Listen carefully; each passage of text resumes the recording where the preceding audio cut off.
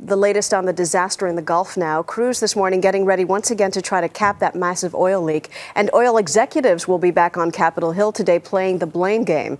CBS News correspondent Mark Strassmann is in Venice, Louisiana with the latest there. Good morning, Mark. Good morning, Maggie. That blame game will go on as BP tries Plan B, which is lowering another containment box underwater, a smaller version of the one that failed last weekend. Once again, the hope is to plug the main leak that's gushing into the Gulf.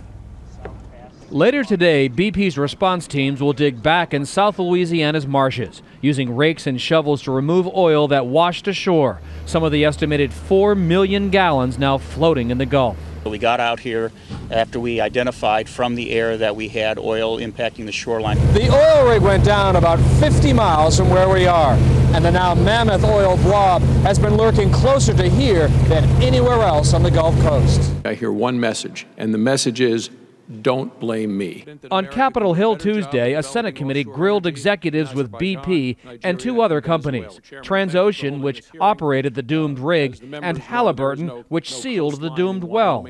The companies blamed each other, but BP concedes the mess ultimately is its responsibility. I'll acknowledge we've had issues and we've got to change some of the areas of the company. It gets down to the agenda and the culture of the company. It sure does. And the culture of this company is that there's been one accident after another. BP says it's already spent $350 million responding to the spill. Late last night, engineers tried another fix on the gushing well. A smaller 2-ton containment box called a top hat was lowered into the Gulf. BP hopes it will trap oil on the seafloor and funnel it to a surface ship. But no one can guarantee its success. And today, another estimated 200,000 more gallons will expand the blob of oil drifting in the Gulf.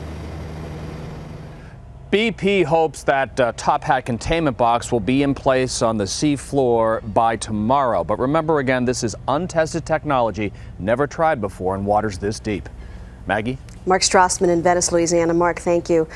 A lot happens early on The Early Show, weekday mornings on CBS.